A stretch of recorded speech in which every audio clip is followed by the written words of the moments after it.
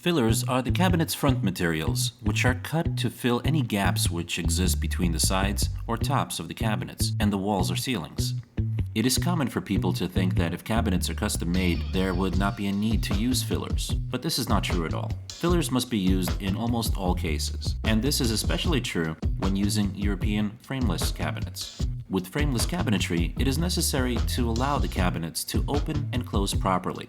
If a frameless cabinet door would touch the wall or ceiling, it may scrape and not be able to open. So fillers are technical requirements and have nothing to do with customizing the size of the cabinets or not. Most European manufacturers recommend a 5 cm or 2-inch filler or more, since most walls, ceilings, and floors are not 100% level. This creates another important technical reason for using fillers. Fillers must be used in order to fit the uneven walls, ceilings, and floors to the straight cabinets.